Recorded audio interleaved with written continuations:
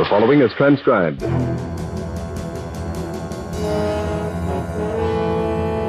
Welcome to the Bat-Supe Swell Prizes Saga, Reheated. For the Bat-Supe Swell Prizes team, going back to the drawing board has never been so successful. Could this be the most successful relaunch so far? It's time to grab your can openers for a swell prize featuring lots of high praise, plenty of imaginative uses, and bureaucratic delays galore. It's back from the drawing board, fellows and girls, and everything looks a-okay. But sometimes problems come from a place you least expect. Will it be catastrophic or just a minor inconvenience? Find out after this important message.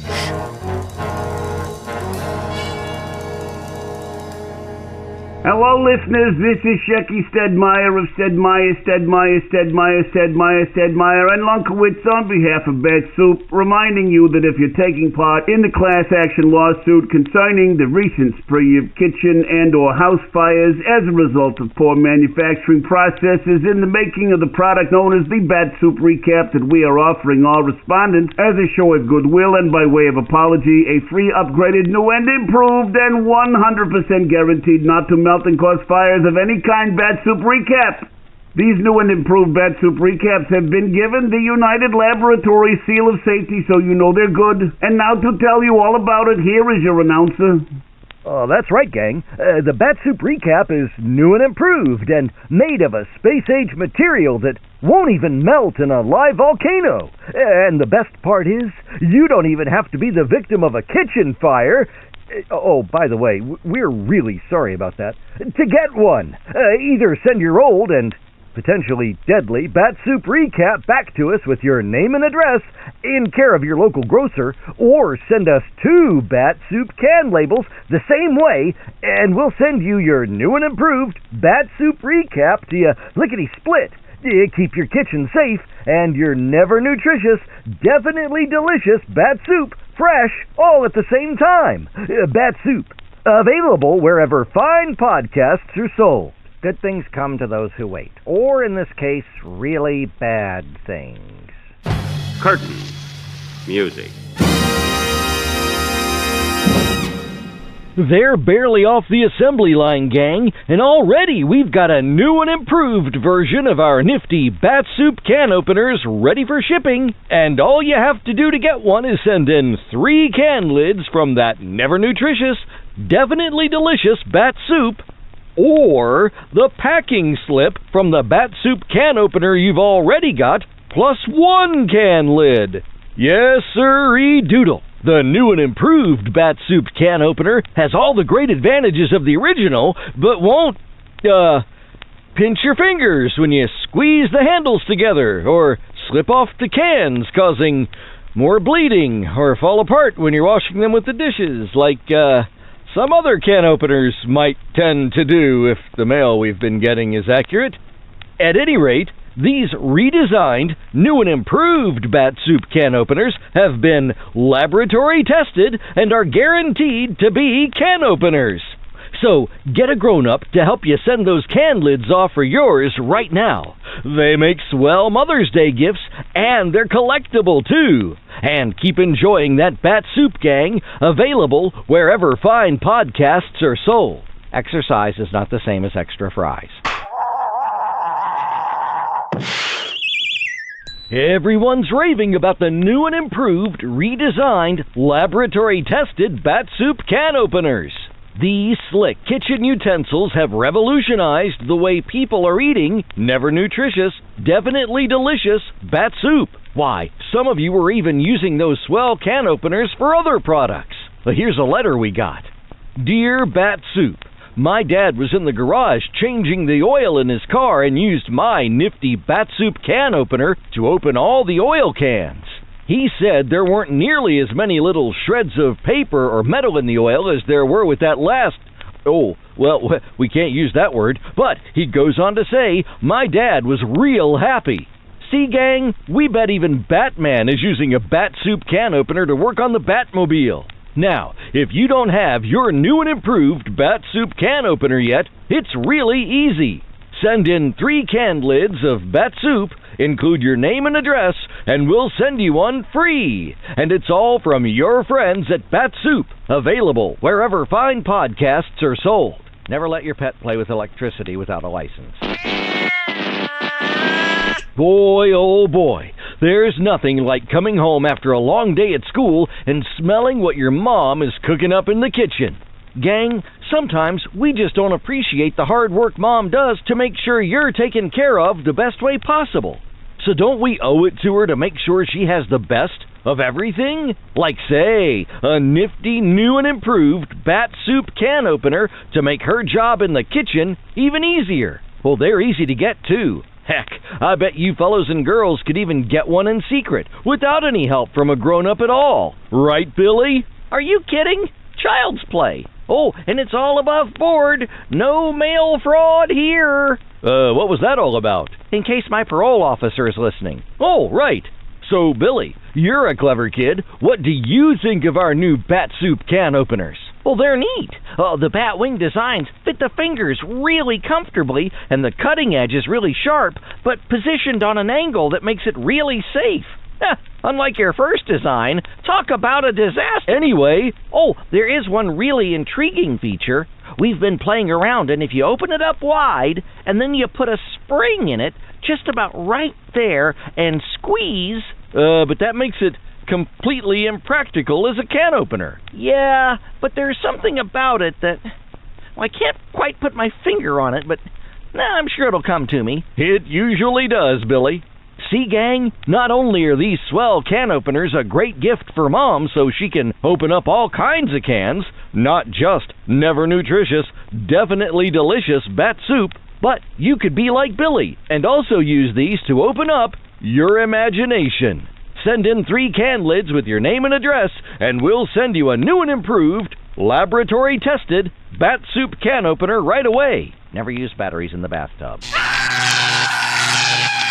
Gang, we're just plumb tickled pink that you're using those new and improved Bat-Supe can openers to send in your can lids for more can openers.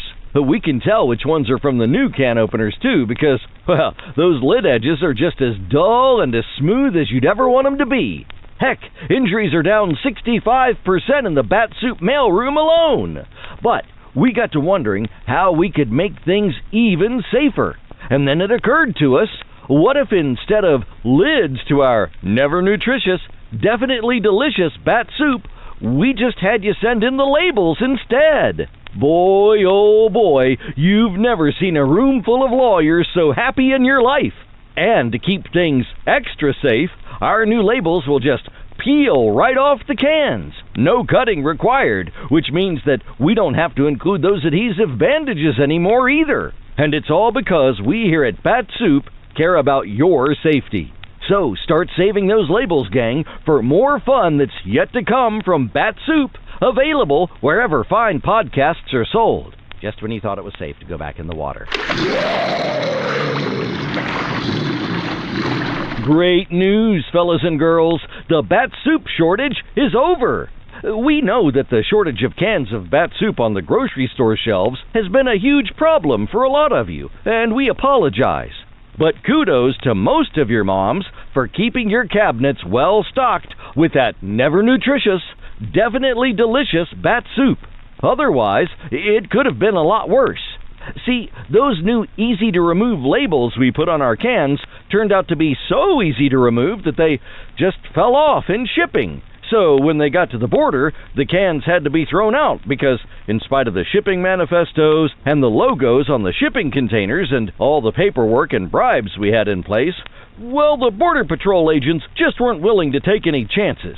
So we're going back to the old labels, and the best news is that our Swell Prizes are making a comeback. That's right, coming soon, there'll be a brand new Swell Prize included inside specially marked cans of Bat-Supe. There'll be nothing to send in, not even a can lid. So get ready, gang. Those new Swell Prizes are guaranteed to get you revved up. So be on the lookout soon. Bat-Supe, available wherever fine podcasts are sold. Objects in the rearview mirror are closer than they appear. Well, that could have been worse, I guess. But with a new Swell Prize on the horizon, anything and everything is possible. We'll leave our intrepid prize-keteers for now and move on to our Bat-Supe dessert bite, where Johnny Dollar is still searching for the missing McCormick jewels and the person he thinks stole them. But he's being thwarted at every turn, and there may be even more foul play at work. It's part 3 of The McCormick Matter, from yours truly, Johnny Dollar, as originally broadcast on October 5th, 1955. From Hollywood, it's time now for Bob Bailey as... Johnny Dollar. This is Jules Martin. Lieutenant Martin? Yeah, that's right. I got a message you called while I was out and left this number. Yeah. I want to talk to you about the McCormick case, Lieutenant. McCormick? $100,000 burglary out on Long Island back in 1951. I was the officer in charge. Who are you? Insurance investigator. I got a tip that an ex-convict named Joe Panny might have pulled it. I'm at Panny's hotel. Well, let me know how you make out. Say, listen, his room's been torn apart. Every inch of it's been searched. And when I came here tonight, I got socked by a woman with a gun. Give me that address.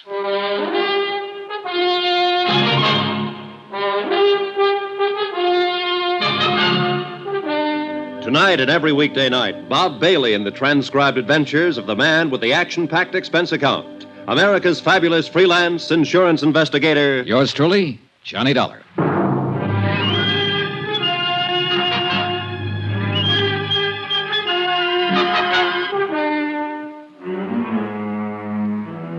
Expense account submitted by Special Investigator Johnny Dollar to the Allied Casualty and Insurance Company Limited, Markham Building, Hartford, Connecticut.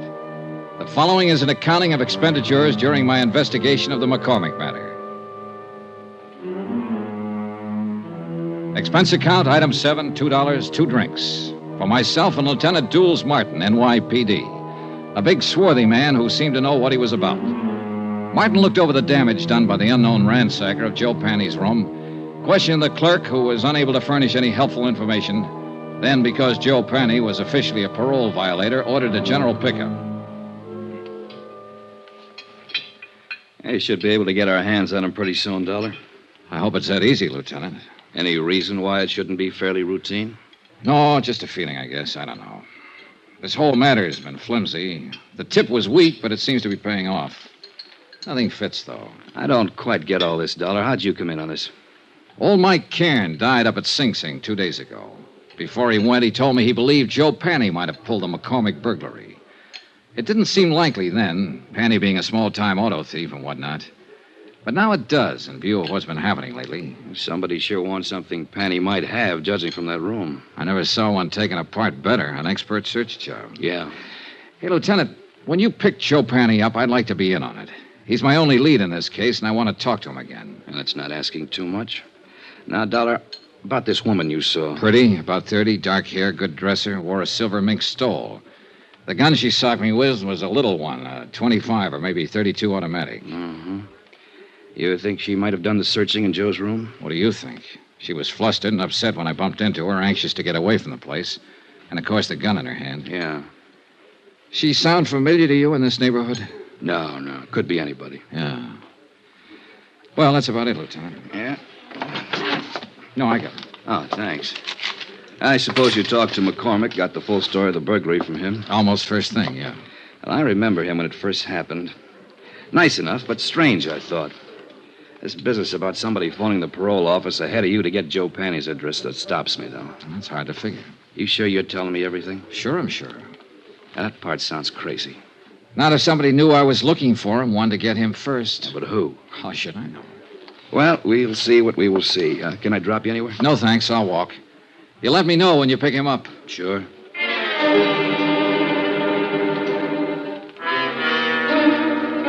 2 days passed, and I didn't hear from Lieutenant Martin. I finally phoned in, and a supplementary had turned up, no leads. Martin had men watching Joe's hotel. His former friends and acquaintances were being checked. Meanwhile, I decided to try and find out who the dark woman in the first stole had been. It seemed pretty obvious that she had just come from Joe's room, that she knew him or was connected with him in some way. So once more, I combed over Joe Panny's file at headquarters, this time looking for a woman's name. The only one mentioned was an ex-wife who had divorced him 6 years before. Her name was Iris Carter. At the Bureau of Vital Statistics, the marriage certificate and record of divorce proceedings gave me a composite picture of an unhappy and turbulent 3-year marriage. It also gave me a general description of Iris Carter that could very well fit the woman I'd seen briefly in the hallway outside Joe Panny's hotel room. There was a 6-year-old address to start on. Eunice? Is that you, Eunice? I said, is that you, Eunice? No, ma'am, I'm not Eunice. Oh, no, you sure ain't. You seen her? I don't know. I really don't know her. Oh. Well, what do you want? I'd like to talk to the manager. I want some information. What's your name? Johnny Dollar. What kind of information are you looking for? Are you the manager? Yes, sir, I am. Well, I'm trying to locate a woman named Iris Carter. She might have used the name Iris Panny. She was married once to a man named Joe Panny. Lived here about 6 years ago. Were you here then? I was. Did you know her? I did. Did you know him? Yeah. He went to jail. Does she live here now? She don't. Do you have any idea where I can find her? I don't. Well, do you happen to know if she ever Why worked do you want her? Just to talk to her. When did she move out? Oh, long time ago. 5 years, maybe. Uh-huh. What's your business? Insurance. Oh. Well, what's up? Oh, nobody around here buys insurance. Well, we don't have to go into that. If you can think of any place I might get a line on her, I'd appreciate it. It seems to me she worked at a bookstore down the street. Down what street? Out there. Block or two down that way. I think she worked there. I don't know. You can try. Thank you, I will. My, you polite. You tip your hat. Say, tell me, do you remember what she looked like? Sort of. Yeah. Well? Oh, about as tall as I am. Nice. Pretty girl. Blonde or brunette? Dark hair. Almost black. Know any of her friends when she lived here? No. No, I couldn't tell you that. Why? Oh, I might look up one of them and ask her about her, that's all. You ask at that bookstore. I think she worked there.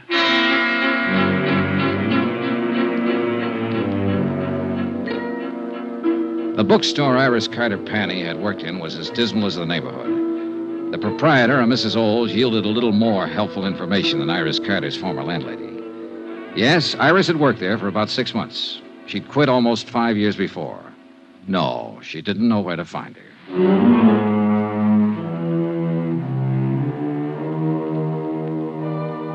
Expense account, item 8, $1.02 lunch. I had it in a neighborhood diner called the Showboat, a place where Mrs. Olds said Iris Carter had frequently eaten. The restaurant manager remembered Iris vaguely. She also remembered Iris's boyfriend. I asked for a description. She did better than that. She gave me his name, occupation, and address. An old rehearsal hall 2 blocks away.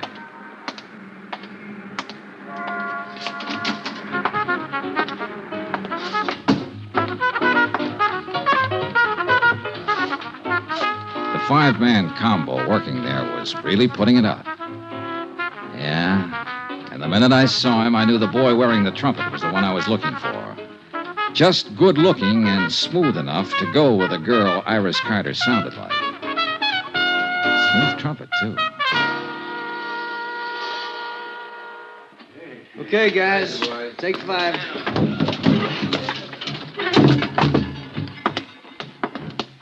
I'm looking for Jack Lang. You found him.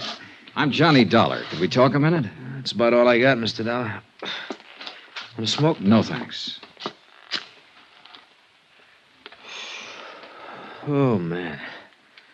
Gets real tired out about this time of day. Yeah, imagine it does. The way you put it out. Well, everybody to his own racket. What's yours? Insurance investigator. Okay. Now what? Well, I've been asking around the neighborhood, and they tell me you once knew a girl named Iris Carter, or Iris Panny. Iris Carter. Go on. I'd like to find her and talk to her, and I thought you might be able to help me. Go on. I want to talk to her ex-husband most of all. I thought somehow she might know where to find him these days. He's in the can. He was released 3 weeks ago. No? Any ideas? No.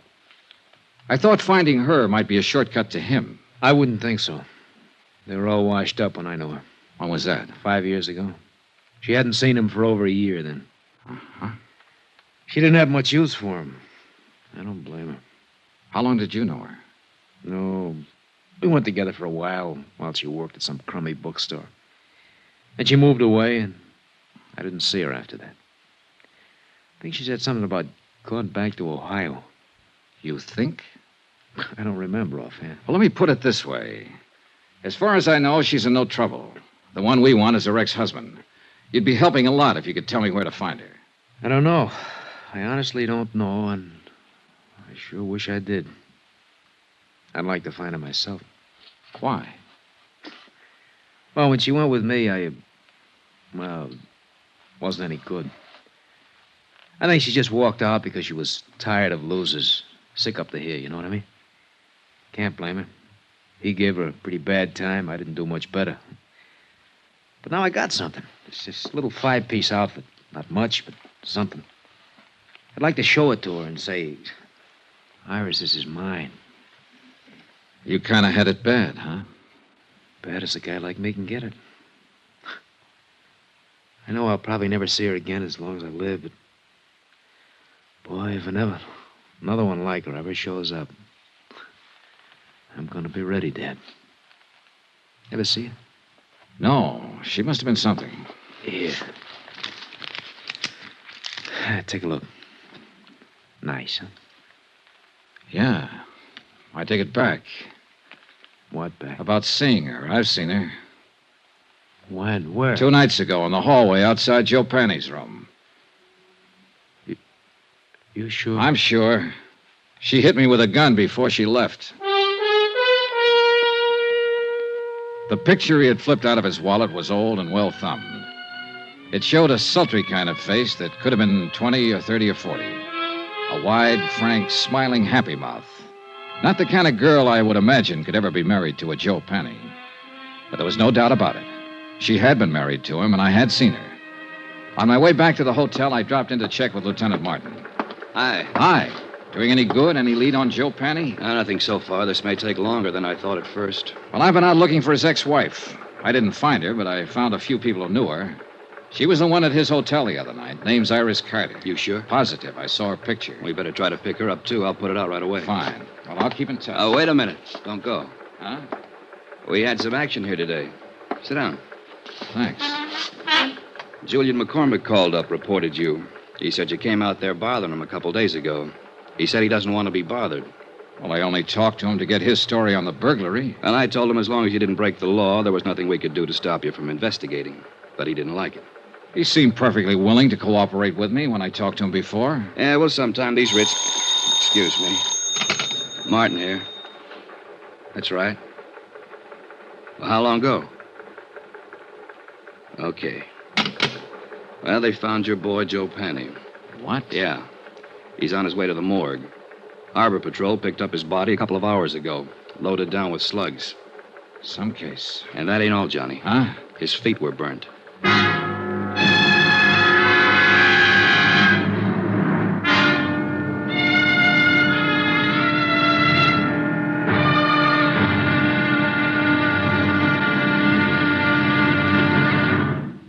Now, here's our star, Bob Bailey, to tell you about tomorrow's episode. Thanks. Tomorrow, a phase of this case that ought to be called the Talking Corpse. For believe me, this one said plenty. Join us, won't you? Yours truly, Johnny Dollar.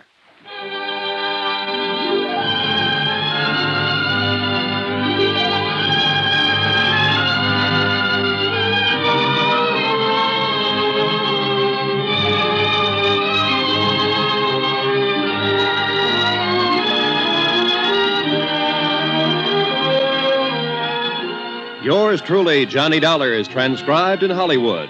Written by John Dawson, the entire production is under the direction of Jack Johnstone. Be sure to join us tomorrow night, same time and station, for the next exciting episode of Yours truly, Johnny Dollar. Roy Rowan speaking. Well, that'll wrap up this edition of the Bat-Supe Swell Prizes Saga, Reheated. Thank you for listening. Be sure to listen next time, fellows and girls, as we kick off the next chapter of the Swell Prizes Saga, featuring a whole new set of problems. And bring you part 4 of The McCormick Matter from yours truly, Johnny Dollar. Until then, up,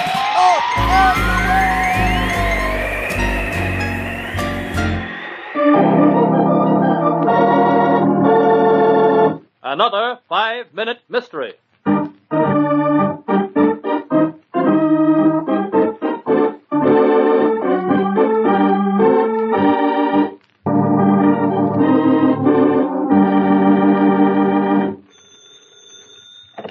Inspector Clark speaking. Yes? The Cooper rubies? Where? Blackstone's at 49th. I'll be right over.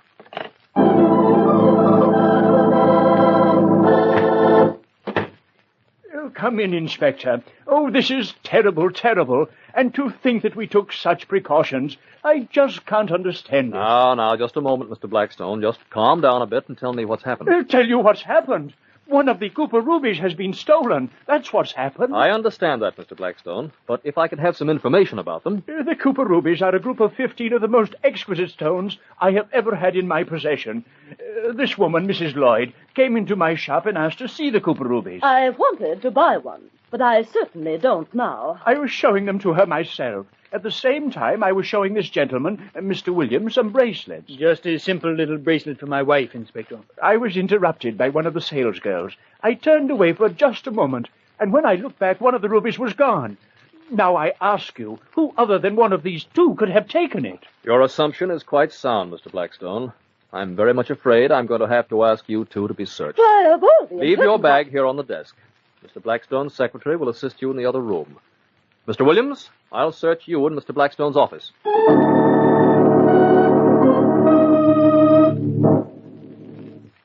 Let's see. Mrs. Lloyd's bag. Compact. Nothing here. Lipstick. No secret compartments. I hope you're satisfied. Gloves. Nothing in the pockets. Well, I guess that eliminates you, Mrs. Lloyd. Now, Mr. Williams' things. Nothing in the pockets.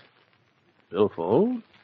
Comb. Does that eliminate me, Inspector? I guess it does, Mr. Williams. Everything seems to be quite in order. Cigarette, Mrs. Lloyd? No, thank you. I don't smoke. Williams? No, thanks. I have my pipe. Oh, of course. Well, Mr. Blackstone, I've found your precious ruby. You've what? But I haven't seen it. No, you haven't seen it, Mr. Blackstone, but I know where it is. Mr. Williams, I arrest you for the theft of the Cooper ruby. How did the inspector discover Eric Williams' theft of the Cooper rubies? Do you know the clue? In a moment, we'll hear more.